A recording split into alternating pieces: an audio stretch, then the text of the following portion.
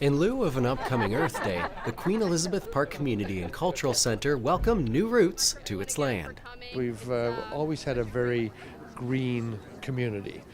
Starting about 25 years ago, people started to realize that there was a better way to grow, that we could do more for the environment. Now, we didn't have the climate change issues that we have today 25 years ago, but we knew we weren't doing things right. Now, climate change is upon us in a big way. People are starting to see the changes that are taking place in the planet around the world. And sometimes when you look at it that way, you think, God, that's a big problem. I can't possibly do anything to solve that big problem of climate change.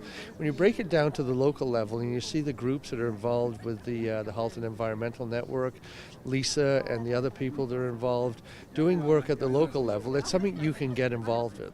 And getting involved is what some local organizations have done, like Conservation Halton. We've got three key areas of responsibility that I think really drive us to look for these types of opportunities.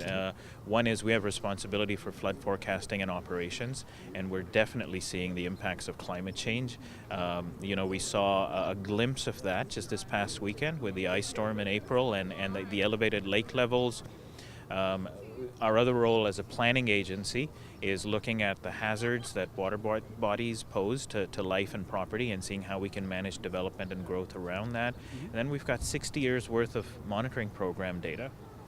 That's where we monitor conditions of our water and our land resources. And so we're seeing evidence there locally in our communities of the impacts that climate change and urbanization to some extent are having on the resiliency of our local natural resources. Planting the 8-year-old white oak sapling wasn't the only significant news of the morning. The Halton Climate Collective also received a grant from the Ontario Trillium Foundation.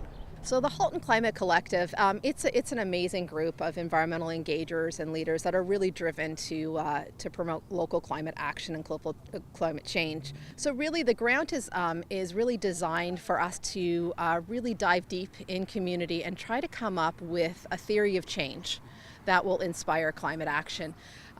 It is a very complex challenge, climate change, and the Ontario Trillium Foundation are hoping that by gathering different segments of our community together and by exploring opportunities, collaborating, leveraging our own networks, potentially we can come up with a solution and reduce our greenhouse gas emissions. Reporting for Halton News, I'm Shane Lansing.